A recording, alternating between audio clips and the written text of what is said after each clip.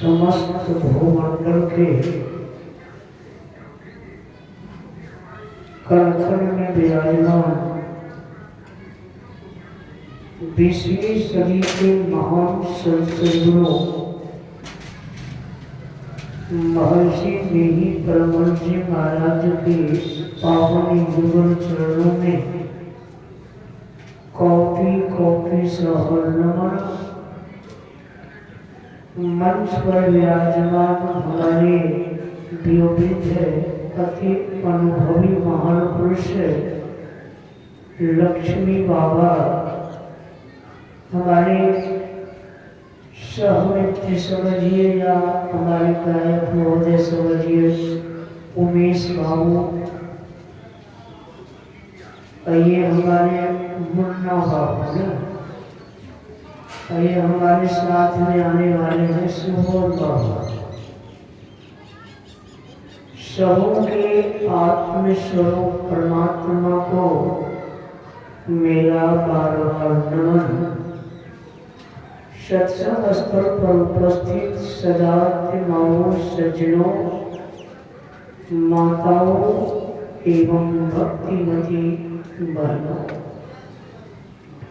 भोले भाले बच्चों एवं नौजवान साथियों, तमाम श्रद्धालु भक्तों के आत्मस्वरूप परमात्मा को मेरा बार बार नमन। आप लोगों को विदित हो चुका है कि यह 2 दिवसीय सत्संग का आयोजन हमारे माननीय श्रद्धेय वकील बाबू के द्वारा किया गया है, जिसमें 2 बातें हैं। एक दिन का सत्संग, आज का सत्संग जो है उनके ज्येष्ठ पुत्र मिथुन बाबू जो अस्वस्थ थे वो गुरुदेव की कृपा से स्वस्थ हो गए हैं, तो उनके ही उपलक्ष्य में आज का सत्संग रखा गया है। और कल का जो सत्संग होगा, सोमवार का सत्संग, आज रविवार है, सब कोई जानते हैं, और कल सोमवार है, तो कल का सत्संग जो होगा वो मिथुन बाबू के छोटे भाई के पुत्र के अन्नप्राशन संस्कार के उपलक्ष्य में कल का सत्संग रखा गया है। बहुत सारी विवादों का आज गुरु महाराज की कृपा से इन सब भाइयों का जो विवाद था वो आज कम तो हो गया गुरुदेव की कृपा से, ये और किसी की कृपा नहीं। रामचरितमानस में संत शिरोमणि गोस्वामी तुलसीदास जी महाराज ने बड़ा सुंदर कहा है, तुम्हारी कृपा तुम्हारी रघुनंदन, जानहि भगत भगत और चंदन। जब परमात्मा की असीम कृपा इस मनुष्य के ऊपर होता है तो जो बातें नहीं होने का वो भी होने लगता है। जब तक उनकी कृपा नहीं हो तब तक एक पत्ते को भी हम लोग नहीं हिला सकते।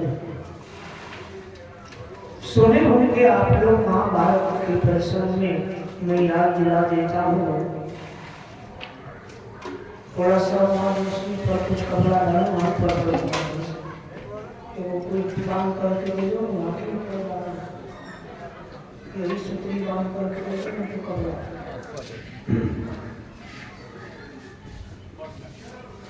आप लोग सुने होंगे महाभारत के मैदान में पांचों पांडव जंगल में निवास करते थे। धर्मराज युधिष्ठिर, रानी द्रौपदी, भीम, अर्जुन, नकुल और सहदेव सब आए थे। संयोगवश धर्मराज युधिष्ठिर को बहुत जोरों का प्यास लग गया। युधिष्ठिर महाराज कहते हैं पानी का व्यवस्था करो, प्यास जोरों का लगा हुआ है, पानी चाहिए। अब पानी लाने के लिए एक एक भाई करके चलो। देखिए कृपा के ऊपर कहते हैं। सबसे पहले सबसे छोटा भाई था सहदेव। तो सहदेव गए पानी लाने के लिए। सहदेव अपने को बड़ा बुद्धिमान समझते थे, वास्तविक में बुद्धिमान भी थे। सब शास्त्रों के ज्ञाता भी थे, ज्योतिष गणना भी जानते थे।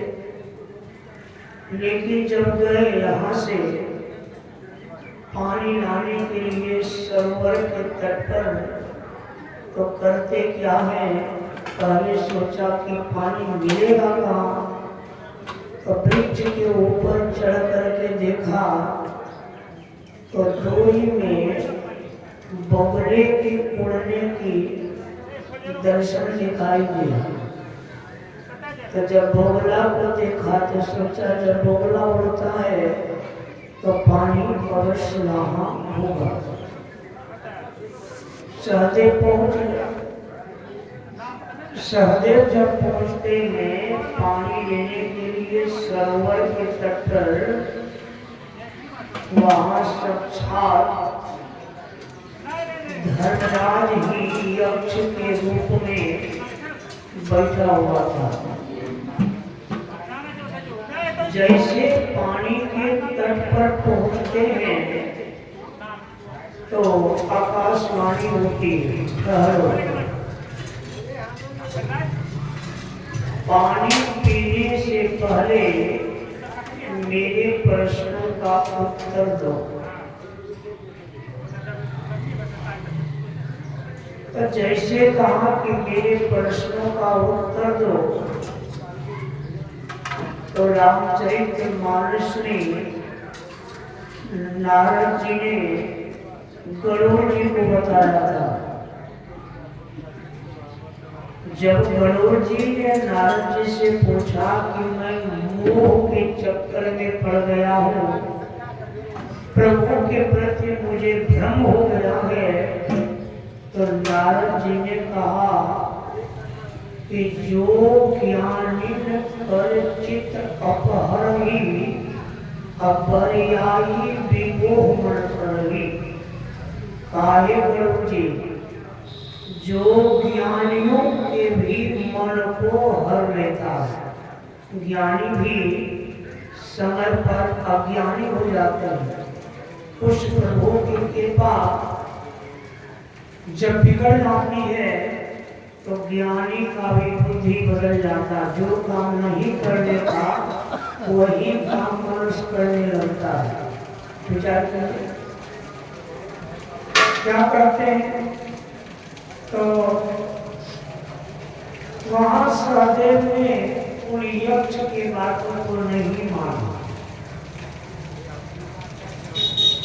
कहा बिना प्रश्न का उत्तर दिए अगर तुम पानी पियोगे तो तुम्हारा हाल बिगड़ जाएगा। पुरुष उनका अहंकार के बस, ज्ञान के बस, यानी अहंकार में ज्ञान भी समाप्त हो जाता है मनुष्य का। कहते हैं जो पानी पर किसी का अधिकार नहीं, पहले पानी पीऊंगा इसके बाद उत्तर दूंगा। बात नहीं सुना, जैसे पानी को उठा करके पीते हैं उसी सरोवर के तट पर धाराशाही हो गया। समय बीत गया। युधिष्ठिर कहते हैं नकुल देखो सहदेव गया अभी तक लौट के आया नहीं। नकुल भी यहाँ से गए। नकुल गए सरोवर के तट पर, देखते हैं उनका छोटा भाई वो जमीन पर लेटा हुआ है। तो सोचा कि लगता है कोई दुष्टों में इनके ऊपर आक्रमण किया। पहले पानी पी लेता हूँ। देखिए अपने सुख में सब जग बांधल अकों काहू को नहीं। तो पहले भाई जो गिरा हुआ था उनको देखना चाहिए, देखना चाहिए। कहा नहीं पहले पानी पी लेता हूँ तब उनको देखूंगा कि इसको क्या हुआ। जैसे पानी को उठाते हैं फिर यक्ष ने कहा ठहरो। तो नकुल ने कहा तुम कौन हो, क्या ये सरोवर तुम्हारा है? यक्ष ने कहा हाँ इस सरोवर पर मेरा अधिकार है। मेरे प्रश्नों का उत्तर देने के उपरांत ही तुम पानी पीना। अगर बिना उत्तर दिए पानी पियोगे तो तुम्हारा भी वही हाल होगा जो तुम्हारा भाई का हुआ। बोल सुनता कहा पहले पानी पीऊंगा इनके बाद उत्तर दूंगा। कहा नहीं मानोगे, ठीक है तो पी लो। जैसे पानी पिया वो भी धाराशाही हो गया। युधिष्ठिर महाराज ने कहा अर्जुन देखो नकुल गया अभी तक आया नहीं, बहुत विलंब हो गया। अर्जुन को भी गांडीव का अहंकार, वो भी अर्जुन वहां से आते हैं। देखा दो भाई जमीन पर धाराशाही हो गए। सोचा कोई दुष्टों ने इनके ऊपर आक्रमण किया है, पहले पानी पी लेता हूँ इनके बाद इन लोगों को देखूंगा आखिर कौन ऐसा दुष्ट है जैसे पानी में घुस करके जल पर उठाना चाहते हैं पुनः आकाशवाणी होती। ठहरो, मेरे प्रश्नों का उत्तर दो तब पानी पीना। कौन सुनता? यक्ष ने कहा अगर तुम भी बिना उत्तर दिए मेरे प्रश्नों का जल पियोगे तुम्हारा वही हाल होगा। कहा पहले पानी पीऊंगा इनके बाद उत्तर दूंगा। कहा पानी पियोगे तो हाल वही होगा। फिर पानी पिला, जल्दी आया 10,000 हाथी का बल रखने वाला भीम, याद कर लीजिए। अब भीम जब आया तो भीम ने भी अपने तीनों भाई के दुर्दशा को देखा, लेकिन पहले अपने इच्छा को बुझाने की त्रास, यानी पहले अपने प्यास को बुझा लेता। विचार कर लीजिए अब प्यास को बुझाने के लिए जैसे जल उठाते हैं आकाशवाणी होती है, पहले मेरे प्रश्नों का उत्तर दो तब पानी पीना। कहा नहीं, जल पर किसी का अधिकार नहीं होता। कहा तुम्हारा वही हाल होगा जो हाल तुम्हारे भाई का हुआ है। कौन सुनता? जैसे जल को उठाया पीते हैं फिर भीम भी धाराशायी हो। तब धर्मराज युधिष्ठिर को लगा कि ये सब भाई गए अभी तक लौट करके नहीं आया, के बाद क्या होगा। अब साक्षात धर्मराज युधिष्ठिर चलते। धर्मराज युधिष्ठिर जब आते हैं तो देखा चारों भाई को धाराशायी, चारों भाई को धाराशायी देखते। जब चारों भाई को देखा तो पहले रिसर्च किया कि आखिर इन लोगों के शरीर में क्या बात है। तो कहीं न मार दिखाई पड़ा न किसी तरह की बातें। तो सोचा पानी पी लेता हूँ, तब इन लोगों का उपचार करेंगे। जैसे पानी में घुस करके पानी को उठा करके पीना ही चाहते थे कि पुनः फिर यक्ष ने कहा ठहरो, मेरे प्रश्नों का उत्तर दो और प्रश्न का उत्तर दे करके ही तुम पानी पी सकते हो। अगर तुम उत्तर दिए बिना पानी पियोगे तो वही हाल होगा जो तुम्हारा वो चार भाई का होगा। धर्मराज युधिष्ठिर ने जल से बाहर निकलकर खड़े हो गए। कहा महाराज यथासंभव, देखिए हर कोई लोगों के मन में होता है कि मैं उनके प्रश्नों का उत्तर अवश्य दूंगा, लेकिन धर्मराज युधिष्ठिर जैसे विद्वान वो कहते हैं यथासंभव मैं प्रयास करूंगा आपके प्रश्नों का उत्तर देने के। कहा यथासंभव मैं आपके प्रश्नों का उत्तर देने का प्रयास करूंगा। आप अपना प्रश्न तो पूछिए महाराज।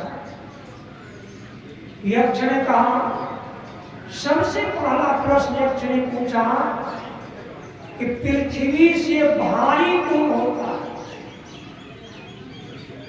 याद कीजिए, पृथ्वी से भारी, पृथ्वी से बड़ा कौन होता है। युधिष्ठिर महाराज ने कहा पृथ्वी से भारी पाप होता है। पाप जो है वो पृथ्वी से भी अधिक भारी होती है। कहा पृथ्वी से बड़ा कौन होता है। कहा पृथ्वी से बड़ा मां होती है। विचार कर लीजिए,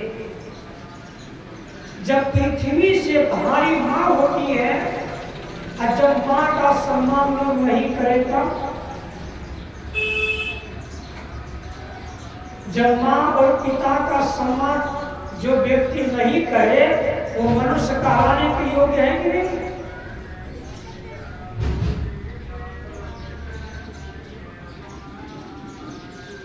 मनुष्य का शरीर केवल मिल जाने से मनुष्य नहीं हो जाते हैं। सुकरात जी महाराज यूनान के रहने वाले थे। सुकरात जी महाराज दिन में लालटेन जला करके चले जा रहे थे। युवक लोगों ने देखा, कहा सुकरात जो है वो पागल हो गया, दिन में लालटेन जला करके चलता, रात में चलता तो कोई बात नहीं है, दिन में चलता है। सुकरात से पूछा ऐसा क्यों, दिन में क्यों आप लालटेन जलाते हैं। सुकरात ने कहा मैं लालटेन में मनुष्य को खोजता हूं। इतना आदमी आपको मनुष्य दिखाई नहीं पड़ता। सुकरात ने कहा ये लालटेन लेकर के तुम ही देखो जो इतना मनुष्य में कितना मनुष्य दिखाई पड़ता। युवक लोग के हाथ में लालटेन दिया, लालटेन जब सामने किया तो क्या देखते हैं, कोई बिल्ली कोई कुत्ता देखा।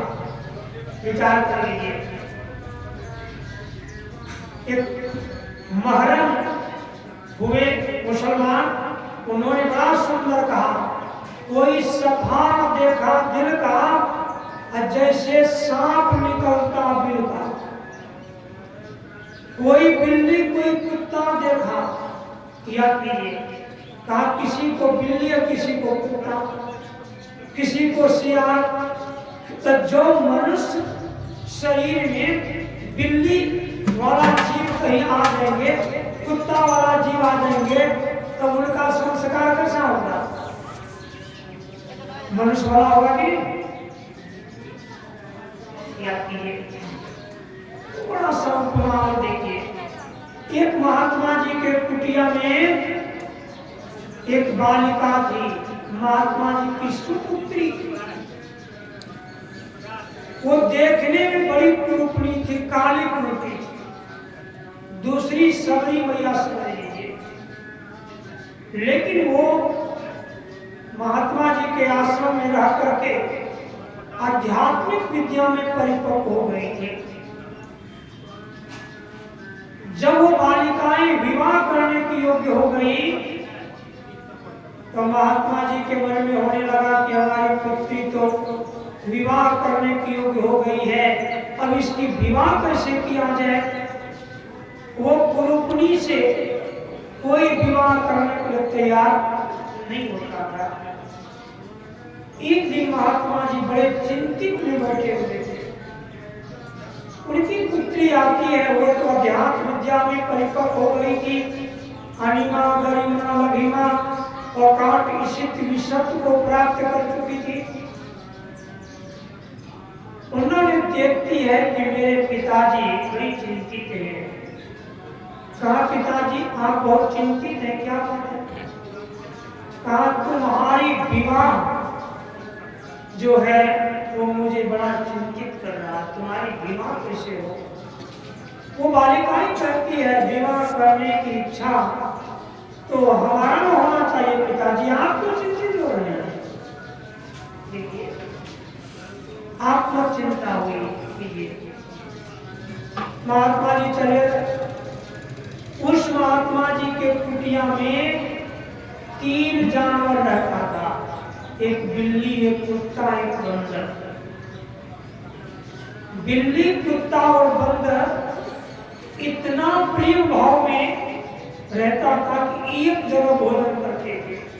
गुरु महाराज जिस समय में कुत्ता घाट आश्रम में थे, उस समय में कुत्ता, बिल्ली और सुग्गा, तो कहा ये तीनों एक जगह भोजन करते थे कुत्ता घाट आश्रम में। अब तीनों का दुश्मन है, सुग्गा को और बिल्ली पकड़ लेता, याद कर लीजिए। पिंजरा में सुग्गा सीताराम सीताराम जपते रहते, और जब कहीं बिल्ली उनको पकड़ ले तो सीताराम गायब हो जाता, तब टैटै करना शुरू कर देते। उस समय भी अगर सीताराम सीताराम करे तो जिंदगी निहाल हो जाए, लेकिन उस समय सीताराम समाप्त, तब वो भी सुबह टैटै करने लगती है, याद कर लीजिए। तो बिल्ली, कुतिया और बंदर तीनों रहते।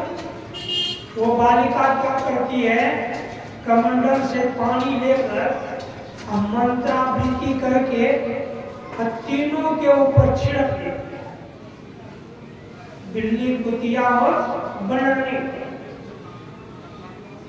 तीनों बालिका बन गई, बनरनी, बिल्ली और कुतिया, तीनों बालिका हो गई। तो सबसे सुंदर हो गई बनरनी, उनसे थोड़ी कम सुंदर हो गई बिल्ली, और उनसे कम सुंदर हो गई कुतिया। तीनों एक समान हो गई, कोई कम ज्यादा नहीं। जब तीनों शहर के तरफ निकलती थी, बाजार की तरफ, तो सारे युवक लोग उन्हीं लोगों को देखने लगता था, ये तीनों बालिका कहाँ की है। एक दिन राजा का बेटा, दीवान का बेटा और मर्द का बेटा, तीनों उन बालिकाओं को देखा तीनों आपस में विचार किया, एक बालिका कहा कि हम लोग विवाह करेंगे। पता लगा शुरुआत में, पता चला कि ये महात्मा जी के कुटिया में रहते हैं। तीनों पहुंच गए महात्मा जी के पास। तो महात्मा जी के पास जब पहुंचे तो महात्मा जी ने देखा कि राजकुमार आया, बैठने के लिए बड़ा सुंदर व्यवस्था की, बैठ गया। महात्मा जी ने पूछा, बेटे तुम लोग कहाँ आए हो? कहा बाबा आपके कुटिया में 3 गो बालिका। कहा 3 नहीं 4 बालिकाएं हैं। कहा मैं उन्हीं सबों से विवाह करने आया हूं। कहा हम विवाह तो मैं करूंगा, लेकिन सबसे पहले ज्येष्ठ पुत्री की विवाह होगी तब ना। तो सबसे ज्येष्ठ पुत्री तो वही थी जो कुरूपणी थी देखने में। कहा दिखलाइए तो जब वो ज्येष्ठ पुत्री को महात्मा जी बुलाए, राजकुमार ने देखा, कहा ठीक है इनका विवाह करवा देते हैं। भेजा देवान के बेटा को, कहा जाओ वो हलवाहा को पकड़ कर ले। तो हल चलाने वाला जो था उनके राज्य में, उनको लाया, उठा करके रख कर और वो उनसे विवाह करा। उस ज्येष्ठ पुत्री से विवाह हो, उनकी ज्येष्ठ पुत्री की जब विवाह हो गई तो उनसे जो छोटी थी बनर्जी सबसे सुंदर, उनसे जो है राजा का बेटा विवाह किया।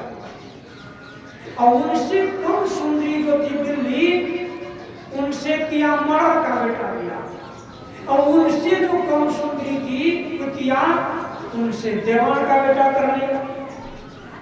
तीनों अपने अपने घर लेकर चले। अरे जोनी तो बदल गया लेकिन स्वभाव नहीं।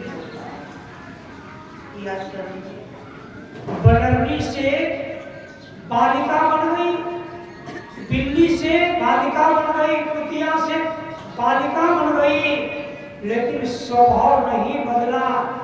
जब वो राज दरबार में गए, राजघराने में, रात्रि के समय जब सब सो जाते थे तो बनर्जी क्या करती थी, सब कपड़े को फाड़ देती थी। बनर्जी को देखे सुख चैन से कहीं बैठ करके नहीं रहता अंदर बनर्जी, सब कपड़े को फाड़ देती। अब राजा साहब राजकुमार को बड़ा आश्चर्य लगा, इतना सुंदर कपड़ा फटा कैसे? कहा चलो एक दिन, दूसरा दिन, तीसरा दिन राजकुमार ने पहरेदार को नियुक्त किया। कहा आखिर ये कपड़े हमारे फटते कैसे? तुम लोग मुस्तैदी से पहरा करो, आज अगर नहीं तुम लोग बताया तो सबको इस काम से बर्खास्त कर दूंगा। एक सिपाही उसमें बहुत चुस्त चालाक चतुर था, बहुत दिनों से राज दरबार में रहते थे। उन्होंने कहा राजकुमार से, कहा एक काम कीजिए तो हम लोग पता लगा लेंगे। कहा कौन सा? कहा आप जिस घर में शयन करते हैं ना, उस घर की एक खिड़की को आज खुला हुआ छोड़ दीजिए, खिड़की, तो हम लोग पता लगा लेंगे। वो बनर्जी तो पहले जाकर के सो गई। राजकुमार जब सोने से कक्ष में गए तो एक खिड़की को खुला हुआ, खुली हुई छोड़ करके सो। अब सिपाही लोग एक खिड़की के पास से हटता था, दूसरा वहां खड़ा हो जाता था। आखिर ये रूम के अंदर कपड़े भरते कैसे? वो बनर्जी का जब नींद टूटी तो बनर्जी क्या करती है, राजकुमार तो सो गए, अब बनर्जी की नींद टूटती है, सब कपड़ा को फाड़ना शुरू कर देती है। तो सिपाही ने आवाज दिया राजकुमार, राजकुमार जब कहा क्या हुआ? अरे आपकी पत्नी जो है ना, यही तो कपड़े को फाड़ती है, देखिए आपके पलक पर कपड़े फटे हुए। राजकुमार को बड़ा आश्चर्य लगा, भाई ये मनुष्य होकर के कपड़े को क्यों फाड़ती है? चलो ठीक है, सुबह देखे। उधर बड़ा का बेटा अपनी पत्नी का परीक्षण, उन्होंने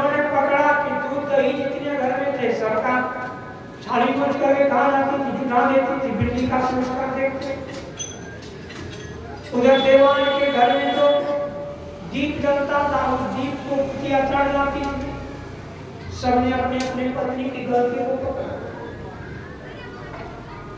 तीनों जब एक जगह हो गए, बातचीत और कहा ऐसी बात है, कहा चलो महात्मा जी के पास।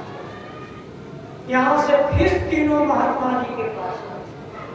महात्मा जी से कहा बाबा आपकी पुत्री की ये हाल क्यों? महात्मा जी ने कहा नहीं बता सकता, कहा हमारी ज्येष्ठ पुत्री बताएगी, जो सबसे ज्येष्ठ पुत्री है उनको बुलाकर तुरंत उनको रथ पर चढ़ा करके लाए। जब वो आती है, तीनों के प्रश्नों को सुनता है, तो कहा ठीक हमारे तीनों बहन को मंगाइए तो हम बता देंगे कि क्या कारण है। तो तीनों को बुला करके रथ पर बैठा करके लाता, और जब लाया वहां तो तीनों को पंक्ति में बैठा कर और फिर वो बालिका क्या करती है, कमंडल से पानी लेकर और जल को वृत्ति करके और उन पर छिड़क देती है, तीनों हो जाती है बकरी बिल्ली कुतिया। अब राजकुमार सोचने लगा ये बकरी से हमारी विवाह हो गई थी तो मैं ये किया कीजिए। तो अभी हम लोग भगवान श्री राम के उपदेश में सुन रहे थे, अपने प्रजाओं को उपदेश करते हैं कि बड़े भाग्य मानुष तन आवा, सूर्य दुर्लभ सब ग्रंथ ही, बड़े भाग से मनुष्य का शरीर मिला। सब ग्रंथों ने कहा, वो ये ग्रंथ की बात नहीं, सब ग्रंथों में आया है। भगवान शंकराचार्य जी महाराज ने कहा दुर्लभ हो मनुष्याणाम, कहा मनुष्य का शरीर पाना संसार में सबसे दुर्लभ है। और मनुष्य शरीर से सदगुरु का मिलन हो जाए ये उनसे भी दुर्लभ है। विचार करिए, मनुष्य शरीर मिल गया तो ये साधारण दुर्लभ की बात नहीं, सदगुरु अगर मिल जाए तो बड़ा दुर्लभ। हमारे गुरु महाराज जी के पदावली में लिख दिया है, खोजत खोजत मोरा सतगुरु भेटी गए शहर मुरादाबाद। विचार कर लीजिए, या बाबा देवी साहब को एक ही शीश मिला और शीश नहीं थे, तो और शीश लोगों का नाम कहाँ है जानते हैं कि? और शीश लोगों का नाम सुनते हैं ना। शीश तो बहुत हुए, लेकिन महर्षि में ही परमहंस महाराज के तरह नहीं।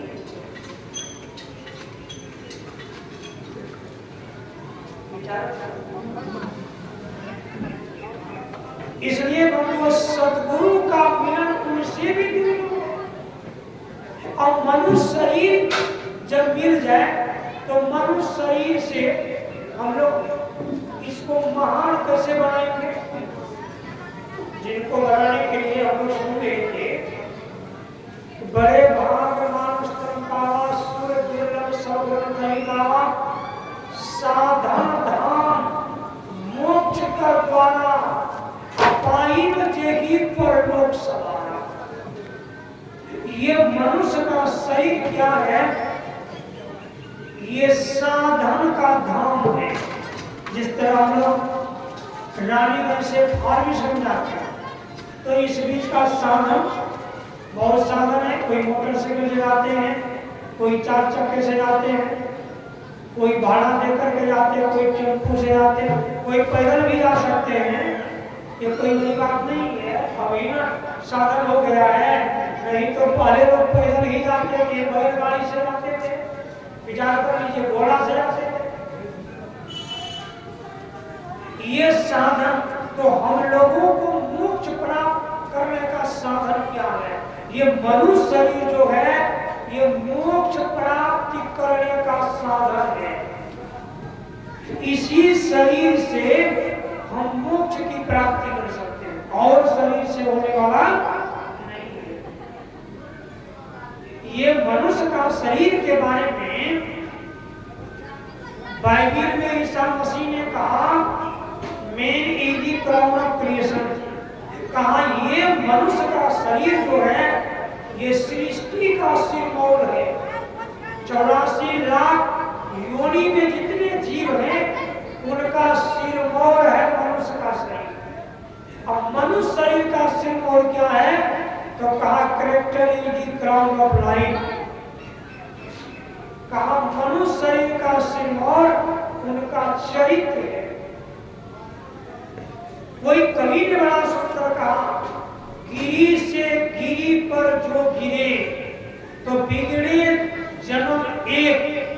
कोई पहाड़ से गिर जाए, गिरी मतलब होता है पहाड़, पहाड़ से पहाड़ पर गिर जाएंगे, हाथ पैर टूटेंगे, शरीर त्याग होगा, तो कहा एक जन्म बिगड़ेंगे। गिरी से गिरी पर जो गिरे तो बिगड़े जन्म एक, चरित्र गिरे सो जो गिरे तो बिगड़े जन्म अनेक। और जिनका चरित्र गिर गया है, कैरेक्टर गिर गया है, उनको जो है अनेक जन्मों को बिगड़ना पड़ता है। एक जन्म के लिए कौन गया याद कीजिए। संत कबीर साहब ने इन परिभाषा को पूर्ण किया। संत कबीर साहब ने कहा, दीवाने मन भजन बिना तो कोई हो, अब पहला जन्म भूत का कोई हो, 7 जन्म करते हो। एक बार भूत के जोड़ी में जाने से 10,000 वर्षों तक उनका आयु होता है। याद करिए। और जब 7 बार जाइएगा भूत के जोड़ी में तब कितना दिन तक रहना पड़ेगा, विचार कर लीजिए। अब भूत के मुंह में कितना पानी जाता है एक बार, तो कहते हैं कांटे पर ले पानी पड़े। आप लोग कांटा को देखें, कांटा की नोक पर आजकल जो पाला गिरता है और उस पाला में देखेंगे कांटे के नोक पर एक बूंद पानी लटका हुआ होता है, थोड़ा सा नोक पर, और उतना पानी भूत के मुंह में एक बार में जाता है। और शरीर बहुत बड़ा विशाल होता है, कितना दिन पिएंगे तब प्यास मिटेगा उनका, विचार कीजिए। कांटे पड़े पानी कोई हो और प्यासन ही मर जाएगा। इसलिए मनुष्य का जो शरीर हम लोग को मिला है, ये बड़ा भाग से मिला है। इस शरीर को पाकर या कर 4,84,000 जोनी भरती अजीब अविनाशी, फिरत सदा माया कर फेरा, काल कर्म स्वभाव गुण घेरा। हम लोग काल कर्म के स्वभाव में पड़े हुए हैं, इसलिए अपने स्वभाव को बदलिए, स्वभाव को बदलिएगा। हम लोग का बनेंगे। इसलिए हम लोग 5 बजे तक फिर दूसरा सेटिंग भी होगा, तो रात्रि काल में सुनेंगे, कभी का भजन सुनेंगे हम लोग, फिर कीर्तन भी होगा। रविवार है, बोलिए प्रेम से श्री सद्गुरु